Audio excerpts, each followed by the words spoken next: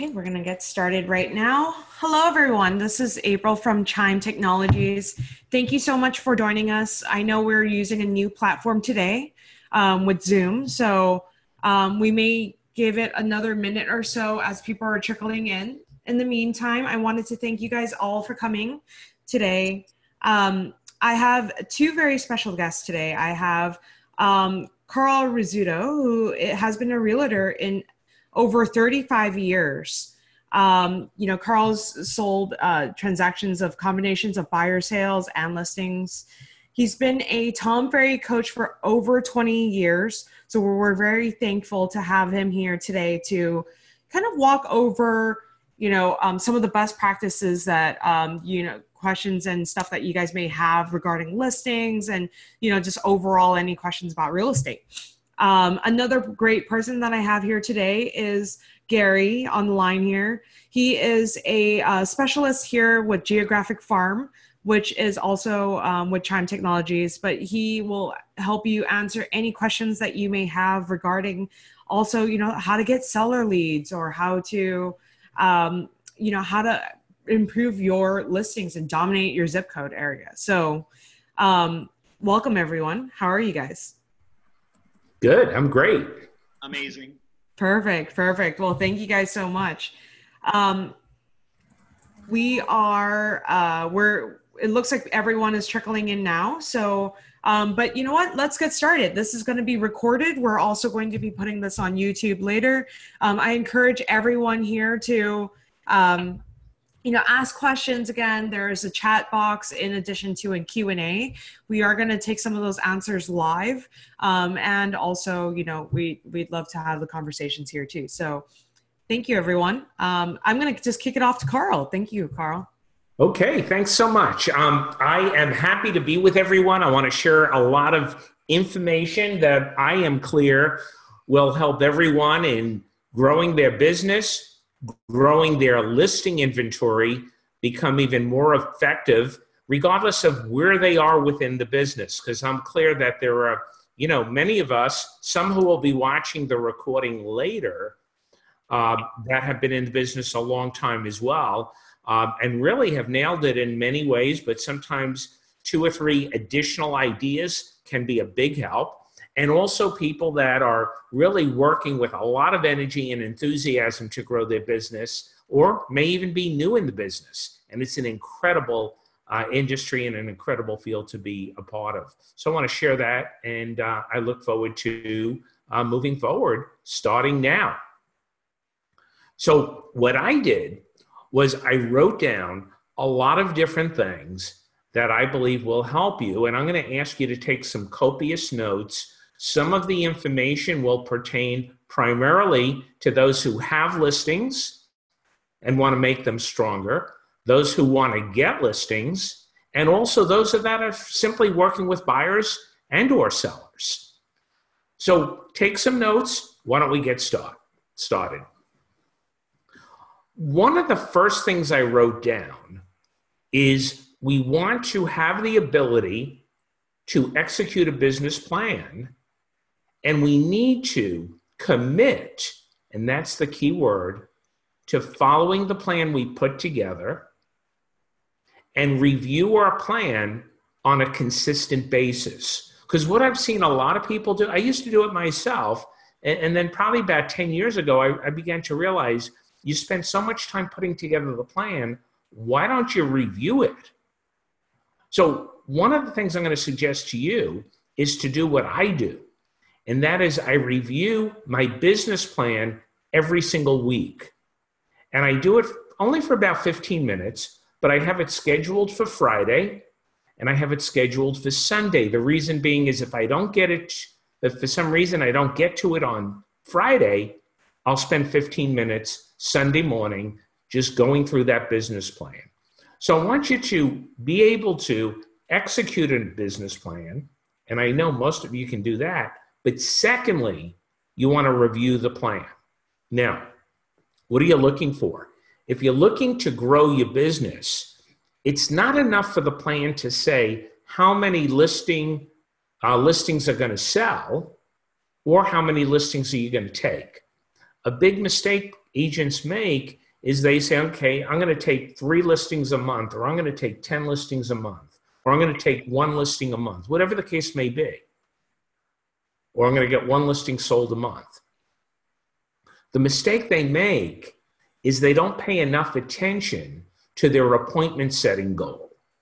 In other words, if my goal is to take 3 listings for the month, and I have a 50-50 ratio, meaning that I go on 2 appointments and I get 1 listing, that means I need to go on a minimum of 6 appointments a month until I can improve that ratio to 70, 80, 90%.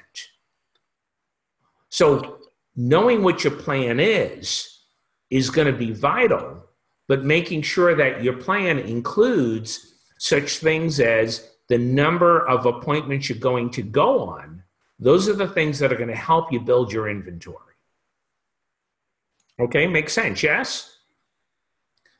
Now, if you have all of that down in your plan, okay, I need to go on X number of appointments per month, better yet, X number per week, but you don't review that plan, you can sway from that plan. So again, have the business plan, make sure you're executing the right plan, meaning you're putting together all the ingredients, the appointments, and then that you're following up and you're reviewing it. Next point. You want to have a determined effort to master sales skills and develop a strong mindset. See, what happens is we get lost sometimes in all the different things we do. And we lose our way, and we lose or forget the fact that we need to have a very strong sales mindset. So we want to master the skills and develop a strong sales mindset. Now, you could say, well, what skills do I really need to master if I want to build my inventory? And I tell the clients I coach, I tell the people I work with, there are a zillion skills, but the four core skills that you want to master over time are the following, and write these down. Number 1, scripts, and I know you've heard it before, but scripts, it's vital you know what to say. If you don't know what to say, you refrain from making the phone call. You don't need to know 50 scripts. Know the key scripts that you need to know to build your inventory. Once you learn the script, then you can personalize it and make it yours. So number 1 is script. Number 2, big one, objection handlers. The good news is this: there's not 50 objections you hear. You generally, most of us, hear the same 3, 4, or 5 objections. I have a friend in the business. I'm staying with the same agent. I want a lower commission. I'm going to sell it myself. Maybe there's 7 objections. So one of the skills you want to develop is the skill of handling objections, learning the objection handlers. 3 of 4 of the 4 skills, being a great listener. So if I asked all of you, what does that mean? And I know because I've asked the clients I coach, I'm going to hear a couple of different things. One of the most common answers is being a great listener means listening and not interrupting. And that's true. But being a great listener to me, as far as a skill, means learning to read between the lines. You want to learn to really hear what they're telling you. So when they're telling you something, you know how to react. Make sense? And then the 4th skill is a big one as well. And that's learn how to close. You need to close. You want to close on the appointment. If you're on the appointment, you want to close to get the listing. So when you're working on getting the appointment, don't worry about working on getting the listing. Just focus on setting the appointment. When you're on the appointment, your focus needs to be to get them to be a yes. to sign the contract. You do that by learning how to close. And closing is simple. Sometimes our mindset is closing is difficult. Closing could be as simple as, let's do this, Gary. Let's move forward. That's a close. Another close, April, I'm here. I'm clear you know I could sell your home. Let me go to work for you. Okay? So learn how to close. And then, of course, you want to close. Don't just learn it, do it. So again, just to repeat the 4 key skills: scripts, objection handlers, being a great listener, again, reading between the lines, and learning how to close. So there are 2 things. One is building your skills, and there's one other thing. We need skills. We just covered that. And we need consistent action. You see, if we develop the skills, yet we fail to use them, we're not going to get to where we want to be. However, when we master the skills and put them into practice, and please underline, with consistency, you're going to get the growth you want within your business. You see, it doesn't matter to me, shouldn't matter to you. Doesn't matter to me how you feel or how I feel each day. All I know is I need to take a positive action each day and do the things to build my business. And that's making the calls, doing the mailers, following up. Consistency is the key. So skill without action doesn't get you anywhere. Frankly, action without skill will get you somewhere, maybe not where you want to be, but when you combine action and skill, you'll grow over a period of time. Next point. Develop a time management system that allows you to do everything you need to do between 7 to 8 to 9 hours a day, 5 to 6 days a week.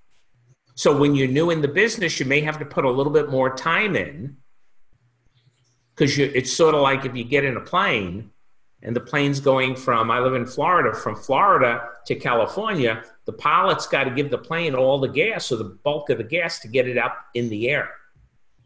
So what we need to do is develop a time management system that allows us to do everything we need to do within 7 to 8 to 9 hours a day.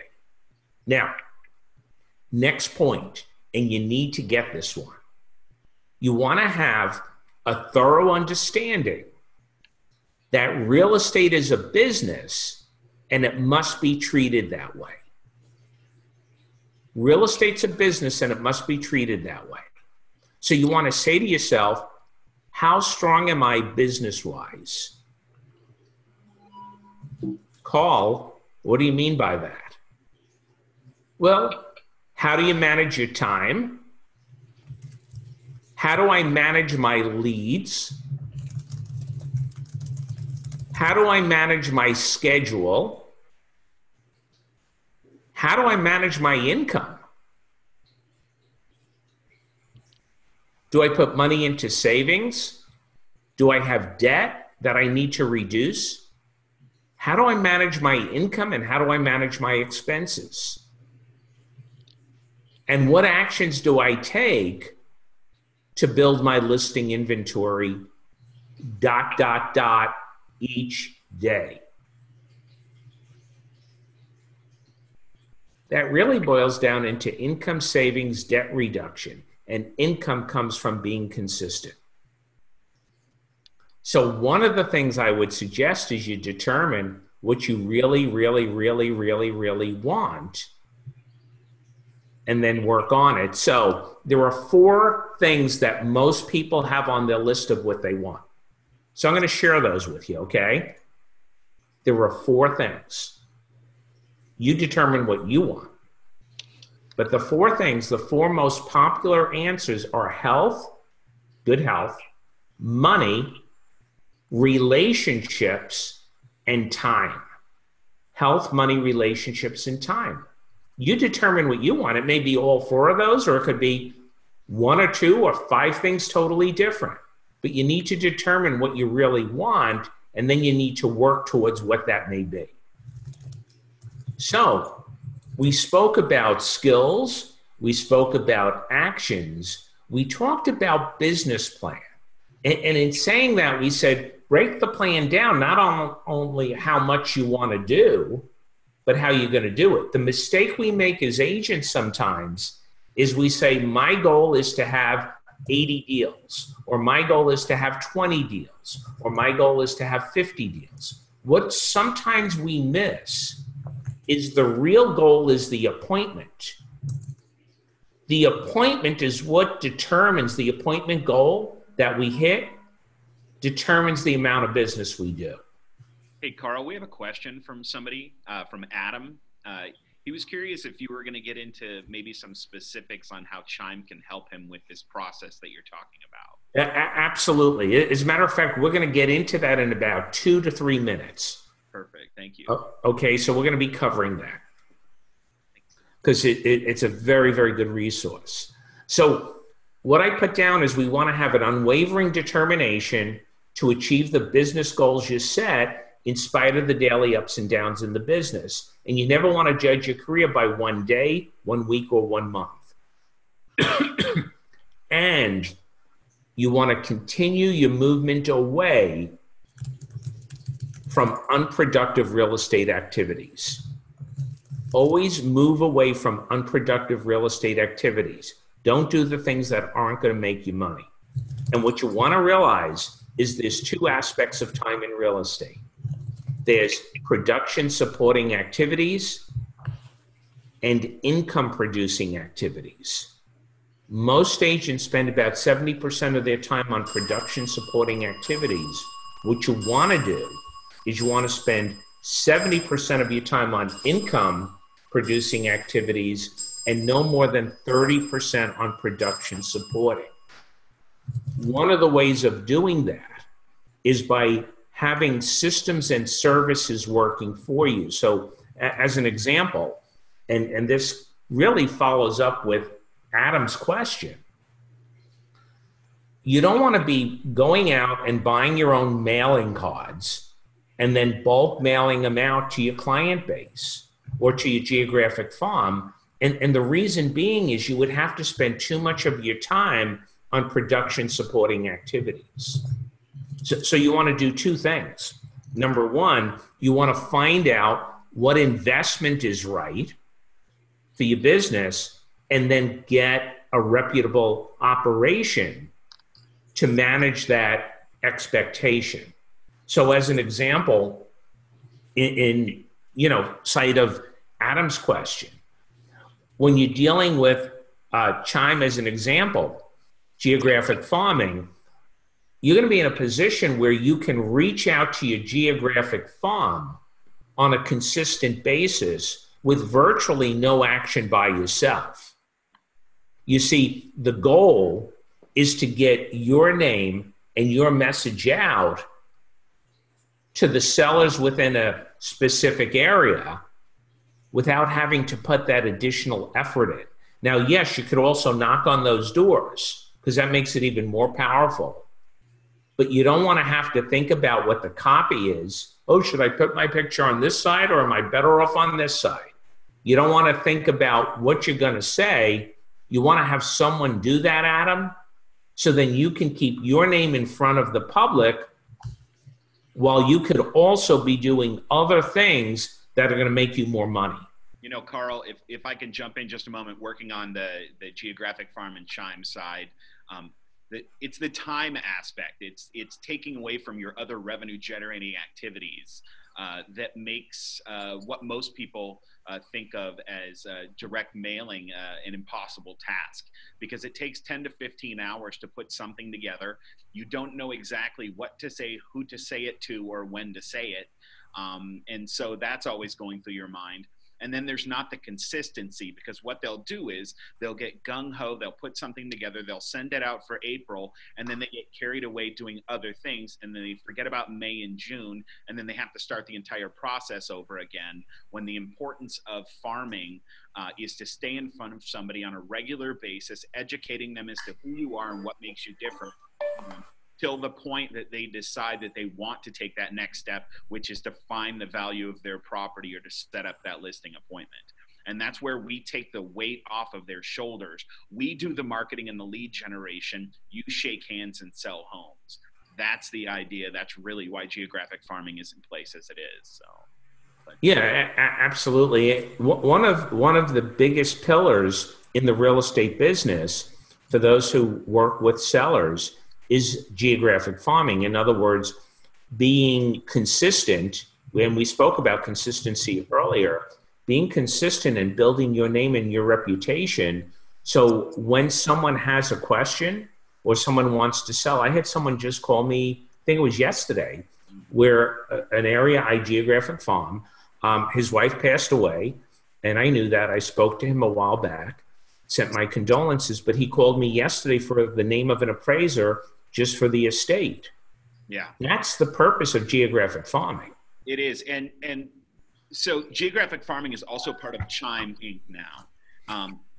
The first thing that you need to do is to educate and to capture these leads and to stay in front of them and hopefully get that listing. But you know that the time frame between getting in front of them and getting them interested and actually getting that listing appointment can be there can be a big gap there. And that's where Chime comes in with the CRM and the IDX tool.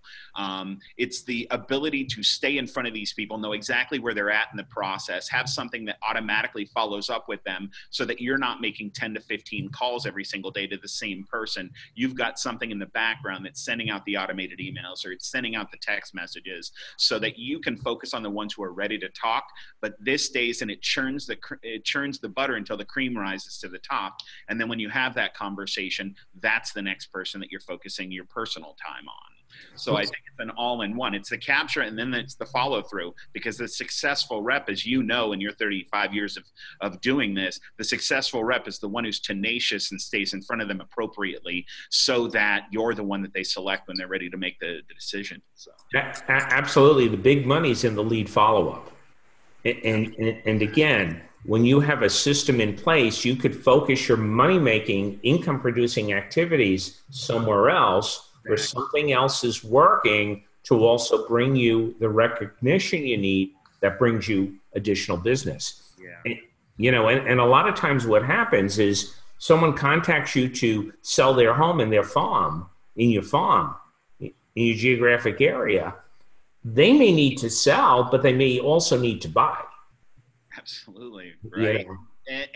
And like you said, I mean, the follow-up is so key, but unfortunately people put their efforts into one or the other and not both. Right. And we're fortunate where we should be working in all aspects. And one of the biggest benefits of being a real estate agent is you determine how much money you want to earn up front. Exactly. It's your business. It's your business. Absolutely. So as long as you do the things that you know you need to do and you spend your time wisely, that's why I said one of the things you want to do is you want to spend your time on the income producing activities, and you want to remove yourself from the non-money making activities so you can spend more time making money. You're a smart man, Carl.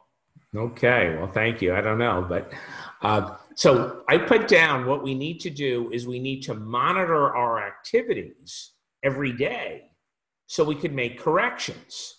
So if you want to build your inventory, you want to be consistent with your lead generation and lead follow-up activities. So you might say, well, what activities? Well, expireds, for sale by owners, past clients, adopted clients, geographic farming, center of influence, and open houses.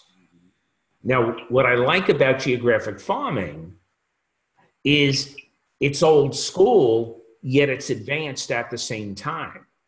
Absolutely. One of the things that Tom has said many times, Tom Ferry, is mailing to people helps dramatically in two ways. number one, they're getting your message and they're touching it. But number two, if they don't always read your message, they're seeing your name. And that name recognition is a lot better when it's in person versus if it's just via the internet. You know, Carl, if I can interject for a second, when I talk to potential clients, I often hear, why would I send out direct mail pieces when everybody is doing everything else online? And your online presence is important, and that's why you invest in tools like Zillow or Truly or what have you. But your online presence shows that you have a global understanding of real estate, and it does position you as being a professional, if you will. But one of the reasons that direct mail pieces for realtors is one of the top lead generation tools is because the guy who lives in the house on Mockingbird Lane in the Orange Grove subdivision wants to work with somebody who understands his neighborhood, understands that the house down the street or the school area in the area that they live in is the absolute best. They want somebody who gets it. They don't need somebody who has a global understanding of real estate. They want somebody who has an understanding of Mockingbird Lane in the Orange Grove area. And that's why you're dominating your local area. And that's why it's so effective, because it lets them know that I am part of your neighborhood. I'm the guy next door. I get this, and let me show you how much I get this. Well, let me just give you an example. Okay, my wife and myself own a lot of investment properties in different areas. So we own some in our area where I practice as a realtor, but we also own a lot of properties in areas where I don't practice as a realtor. When I get those cards, and there's a couple that I get from the same agents, I'll save those cards. I put them in the file of the property. So when the time comes, my perception, and I'm a realtor, but my perception is this is a good guy, or this is a great gal. They know the business. Now, they may not even know the business, but my perception is that they do. And I save those cards for when the day comes where I decide to do a tax-free exchange or just sell them or do something else. But it is from the mail. Yeah. And just one other thing that a lot of people don't consider is that there may be a lot more people going on to your Zillows and taking a look at the properties that are available or what have you. But when a new lead comes in, a lot of people know about it. And direct mail is affecting those people. If there's a scale of 1 to 10, 1 being I'm not going to sell my home, and 10 is I need to sell my home yesterday, it's a sliding scale. Zillow is affecting those people who are 7 or above, where direct mail is getting those people who are in the 2 or 3 area, and it may be an inclination. They've thought about it. Hey, I wonder. And you need to be the first one in front of them when they're at a 2 and they're moving up that scale. And so the direct mail is affecting those people who may not think about selling their house today, but tomorrow it might be something that they'd consider. And who are they going to consider having that conversation with? And the first person to have that conversation wins the deal the majority of the time. Yeah, absolutely. And the key is you want to do a variety type of marketing. So you want to do internet, you want to do direct mail, you want to do open houses. You want to do a series of different things, but you need to be consistent in all of those areas. I mean, that's key. And bottom line, when you can have someone who's got your back and taking care of a lot of those things, that's more of a plus. So one of the decisions to make is, what areas am I going to grow my business? What different series of actions: geographic farming, open houses, past clients, for sale by owners, etc. Any other questions as we move forward? Carl, we have some questions here that was submitted ahead of time. It may be not pertinent to this, but how often should you be in touch with sellers, especially when there's no activity? Okay, so when you have listings, whether you have a lot of activity or you have a limited amount of activity, what I tell my clients is, I'm going to call you every 7 to 8 days and let you know exactly what's going on with your property and the market. So my answer to that is 7 or 8 days. The reason being is When they don't hear from you, particularly when you have no activity, things get totally worse. But when you're speaking with them and you're letting them know what's going on, they know you're working. And on those conversations, at the time you have those conversations, you want to have a meaningful conversation and explain to them not only what's happening in the market, but what moves we need to make in order to get your home sold. Perfect. What about what are an appropriate way, like, well, now that you have them as a seller, or now you are the seller, what is an appropriate way to deliver feedback from showings? As if, like, what are some things you can say to get a price reduction, or what steps should you take for that? Oh, okay. Great question. First off, the worst mistake you could make, I believe, when you get feedback is just simply emailing the feedback to the customer, to the client. And the reason being is when the client gets feedback, regardless of what it says, they're going to take it a different way than you may take it. Plus, if the feedback is that the price is not right, number one, you're not taking advantage of that. And number two, you're just going to aggravate them, and they're going to think like you don't believe in their property. So the way you communicate with them is to call them. That's key. Secondly, when you're talking to them, you want them to know that you're on their side. And sometimes I'll say, I'm on your side, blah, blah, blah. But April, the more you get, the more I get. However, you want me to tell you the truth, correct? And they're going to say yes. And then you're going to explain to them what's happening within the market and what you need to do. Now, when you're talking to a client, like if you and I are talking, we may say, you got to reduce that property. It's a little bit high. But when you're talking to the client, you don't want to say that. In other words, eliminate the word reduce. You may want to say, Gary, one of the things I'm finding is you and I totally believe in the property and the price, but all the buyers out there and other agents believe we need to correct it. So this is what I suggest we do. And then you go from there. I see. Okay. So correct, adjust, restage, relaunch, whatever word you want to use, but try to avoid the reduction word. Mm-hmm. Mm-hmm. Okay? Yeah, thank you so much. You're welcome. Any other questions before I move on? I think we're clear right now. But again, all of you, I encourage you to use the Q&A and ask Carl any questions you may have, and we can always circle back too. Perfect. But let's move on. Okay, so one of the big things I put down is we need to remove our ego from the business. And let me explain, because a lot of people are going to say, oh, I don't have a big ego. I don't boast about my sales or my income or my transactions. I don't have a big ego. You may have a big ego and you may not realize it.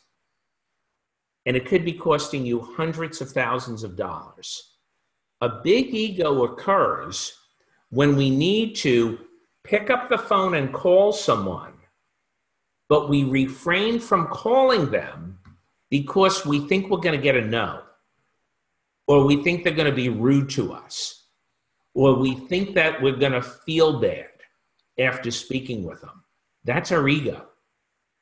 So I'm not going to call those 3 people that were rude to me, or those 3 people that I don't think are going to choose me to list, even though they haven't listed yet, because it will injure my ego. So one of the big things is to really analyze, does that hold you back in making those follow-up calls? One of the things Gary said earlier is you need to follow up. You need to be consistent with that follow-up. If holding back because you're concerned you're going to get a no or a bad response, that's an ego issue. And you need to get past that because it's costing you a lot of money. And what you want to do is you want to work every day to control your expenses and maximize your profits. You need to eliminate debt, but you need to invest wisely. Any questions?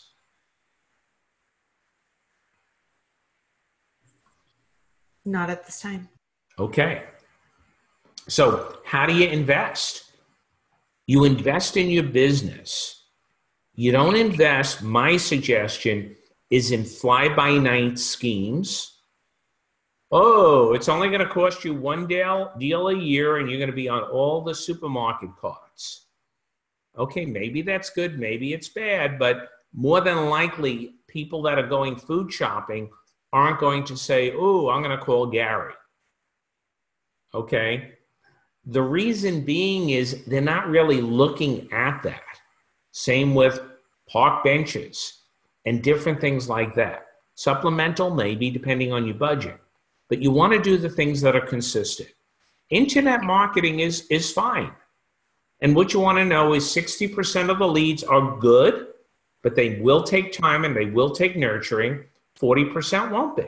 So you got to work that 60%. Mailing, Gary mentioned mailing.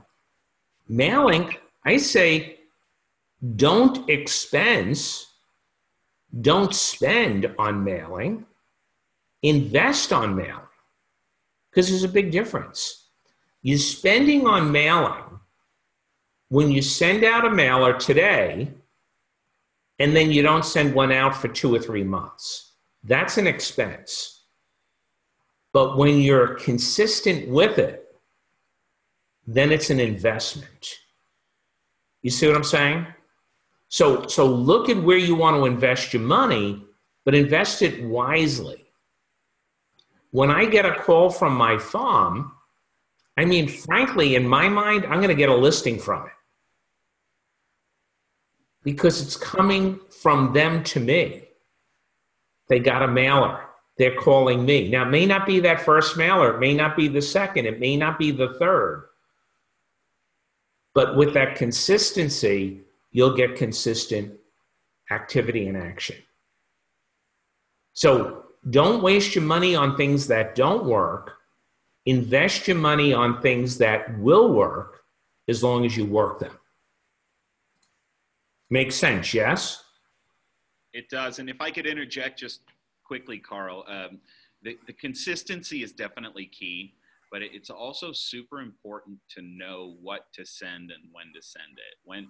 When is the best time to send the low inventory card versus your market update or what have you? And if you consistently send the wrong thing, then you're going to consistently get poor results.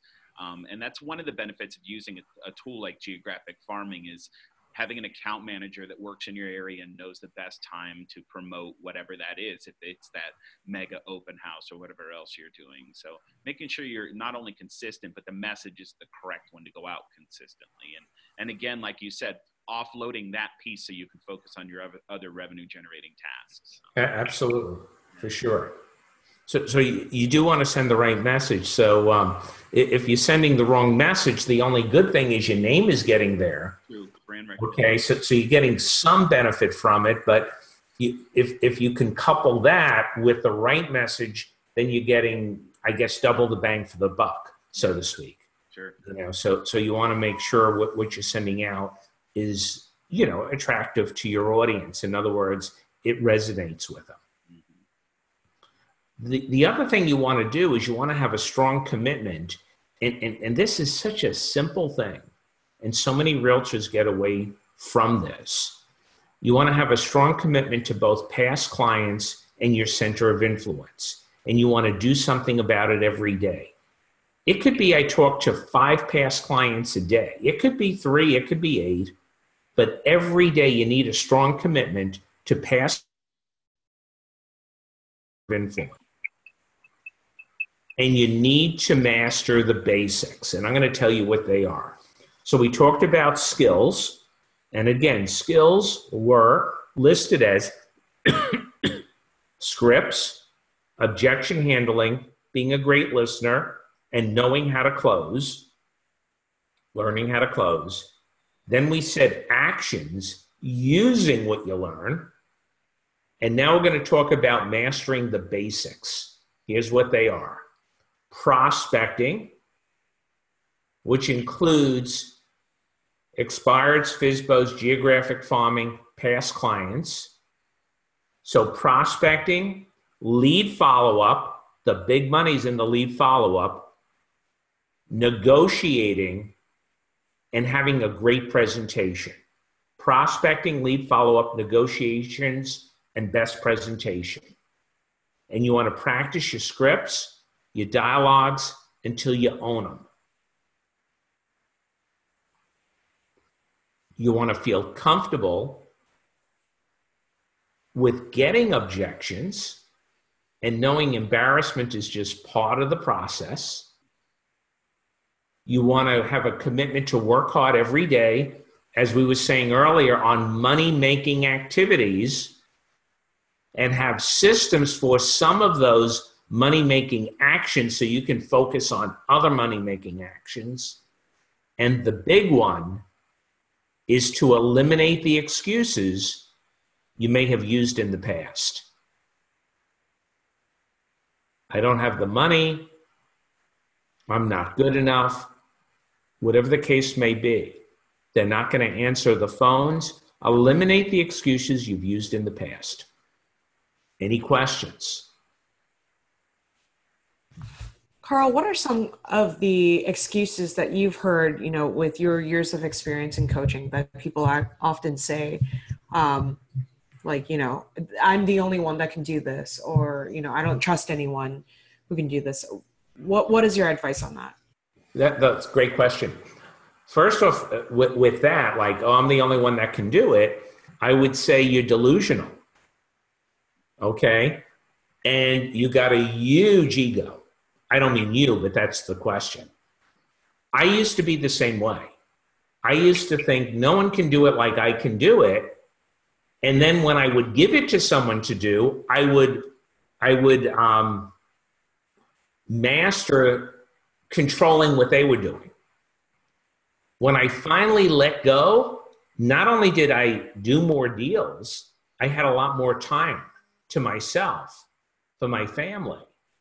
So get over yourself and understand that in most instances, people can do it way better. And that's going to give you the time to do more of those income producing activities and also having more flexible time. Awesome. Thank you. You're welcome. Any other questions? So one other thing I wrote down, because I really believe it's very, very important as people work on growing their inventory and growing their business.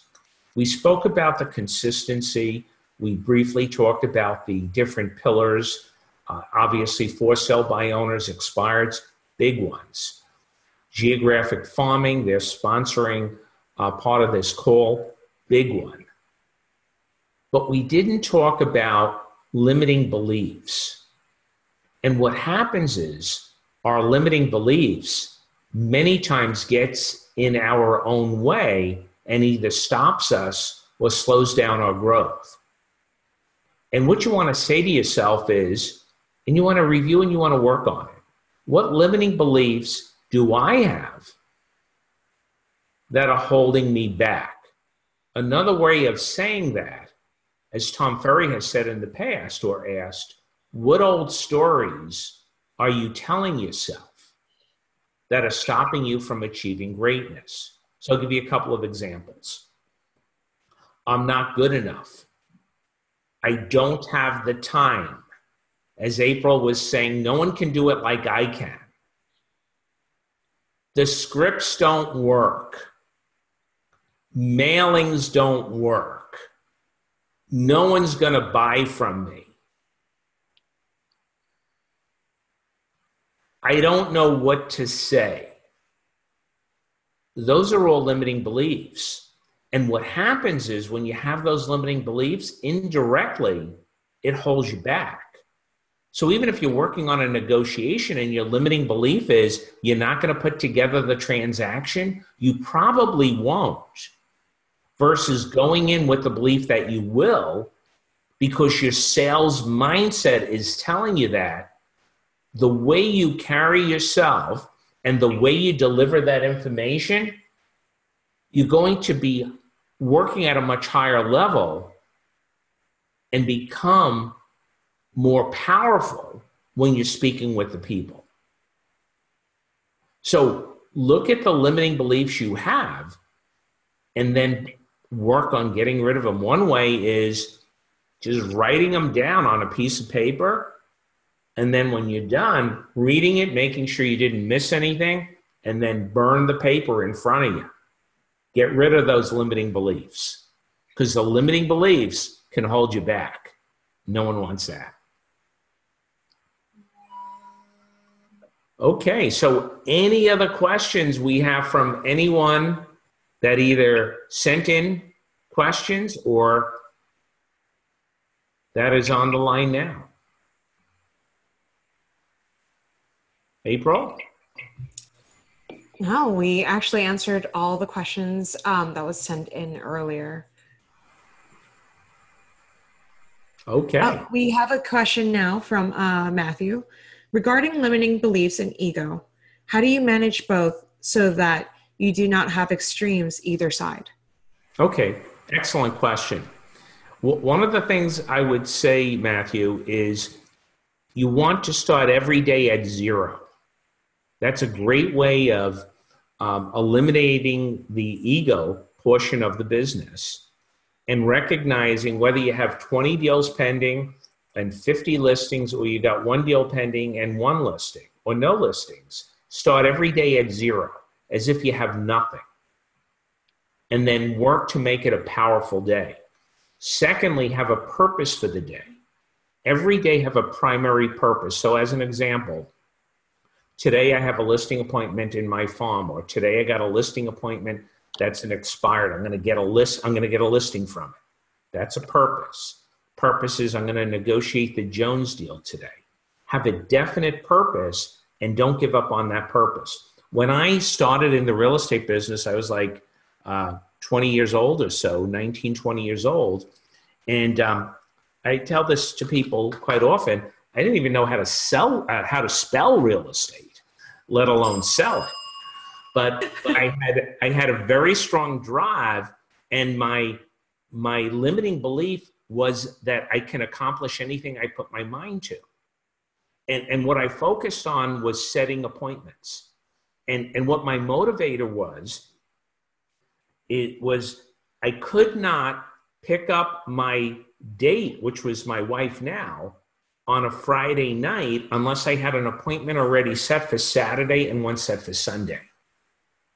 So when it was Wednesday and I didn't have two appointments set, I would go double barrels to try to set up appointments for the weekend. Now, my limiting belief could have been, you're too young. You don't know what you're doing. But my first year, I sold 64 homes. Wow. Sold or listed that sold. So you just got to remove your ego out of the equation, and you need to start every day at zero. So even when I would set those two appointments and it was Wednesday, I acted like I didn't, so I can try to get one or two more for the weekend. So that may help.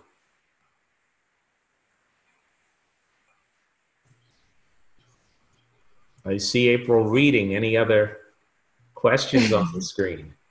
No, so one question is, can you describe your day-to-day in terms of, just being on track? Sure, absolutely. Another great question.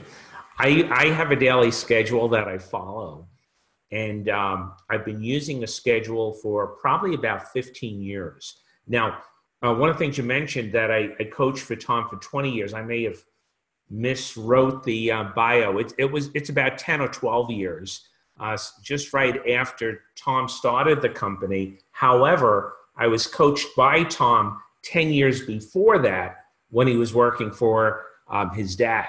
So I was coached by him for about 10 years and other coaches within that company. And then I've been coaching for Tom and with Tom for about 10, 11 years. But what I learned probably 15 years ago was a daily schedule sets you free. See, I used to think that a schedule held me back and restricted me. And once I started, number one, letting go of the things I was trying to control, and number two, following a schedule, I started to not only do more business, but I started to have a lot more time. So my schedule is broken up into 3 different criteria when it comes to business.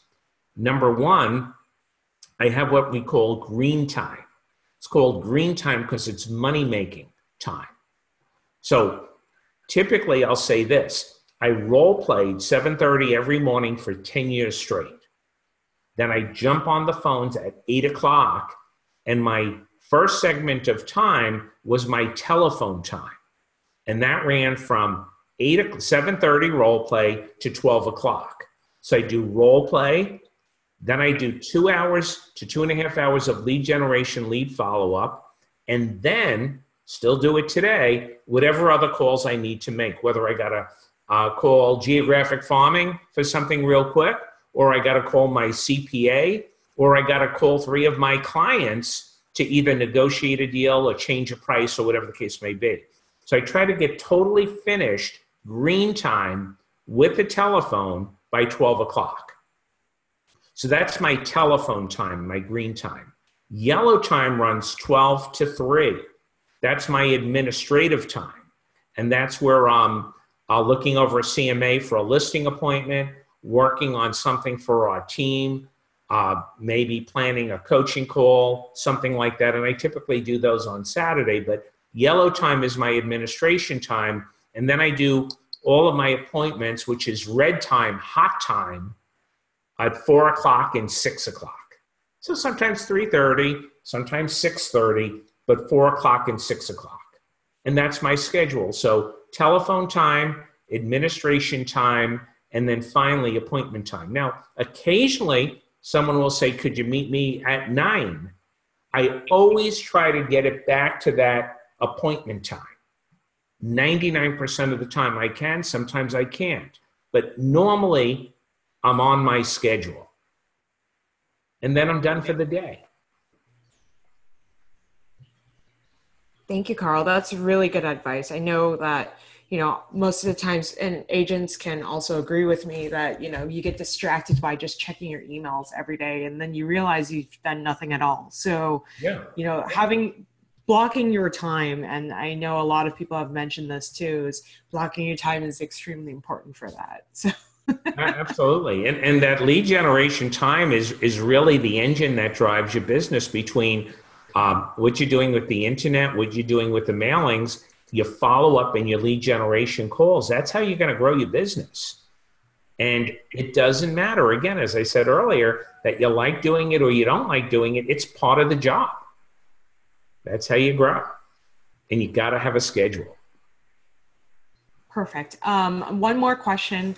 If you guys have additional questions, feel free to email them to us. But the final questions that they have is, Carl and Gary, what are the best ways to contact you if they have, any questions or want you as their coach? Gary? Yeah, sure. Well, it's pretty easy if you want to, have that conversation. And seriously, it could just be a conversation to find out, is your territory open? Where would be the best place to target? We have different strategies, if you will, in regards to digital and print efforts and Chime and that sort of thing. But if you want to reach out to me, my email address is simply Gary@geographicfarm.com. Pretty simple, Gary@geographicfarm.com, or you can call me at 480-744-0838, and I'd be glad to help you out. 5-minute conversation, and see if it makes sense for you. Okay. And my contact information would be C. Rizzuto. So it would be C as in car, R as in Robert, I as in India, Z as in zebra, Z as in zebra, U as in umbrella, T as in Tom, and O as in orange at tomferry.com. C. Rizzuto at tomferry.com. And I have shared the information I had to share. So unless there's other questions, I think we're good. All right. Well, I want to thank you so much, both Carl and Gary for joining us today. Um, I've certainly learned a lot, and I hope that everyone else did too. Again, if you missed this, or you joined us a little bit later, we do have this on YouTube. In addition to, we're going to be posting it as soon as we can, and we'll have a follow-up email and send some additional resources to you. I do want to remind everyone that, Chime Technologies will be live with Inman on the 26th at 9 a.m. PST. And we'll be talking about how the top 5 reasons why real estate teams fail and how to avoid that from happening. But if there's no additional questions, again, Carl, I just want to thank you so much for coming here and sharing your knowledge today. Well, it was my pleasure. I enjoyed it, and it's been a pleasure. All right. Thank you guys so much. All right. Thank you. Thanks. Hey, guys, do me a favor and put Chime in the subject line if you're going to send me an email. We have some different packages we're putting together for those people that took the time to sit and listen to Carl and I. Okay. Thank you. Thanks. All right. Thank you guys so much. See you guys next time. Bye. Bye now. Bye.